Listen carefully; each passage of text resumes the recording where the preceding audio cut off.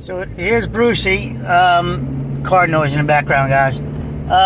So he was supposed to get his chemo today. He got his blood work done. It looks good, but not the chemo. But even though I gave him 150 milligrams of gabapentin, he fought them for that needle. So because he ate food within 12 hours, they couldn't sedate him and give him the chemo today. So I got to come back on Monday so he can have his chemo.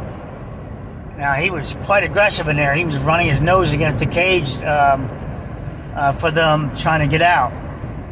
And he was done with that damn poking thing. They poked him 3 times attempting to get him going. But I gave him 150 milligrams, and it did not slow down my boy. He's like a beast. So they're going to go with sedation on Monday, and then he gets his round of chemo. The deal is, so it's about $1,000 a shot. I think it's $900 to $1,000 a visit. He's going to get 5 to 6 to 7 visits before he gets ultrasound again. At that point, if the ultrasound does not show that he's getting any shrinkage, any movement, then it's exactly what I'm stating. There's no movement anymore, so I won't continue beating him up with chemo if it's not doing anything. It's too small of a movement now for an ultrasound, they state. Of course they state that because they'd rather get another 5-6 visits in before they do an ultrasound. That way they make a shitload of money, right? I may consider an ultrasound but considering his blood work, about 3 weeks from now.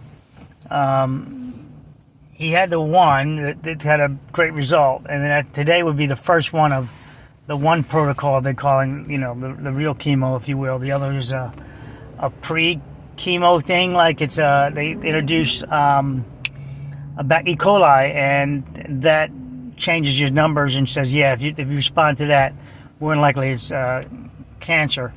And so, yeah, his is lymphoma. So he's doing great. He's just relaxing now. Otherwise, he's been bouncing all around the car. He was very hungry after being poked. Incidentally, that's the same thing as Max. When Max was getting his needles, after getting his needles a few times, he went into vicious mode of hunger. Just snatching down food.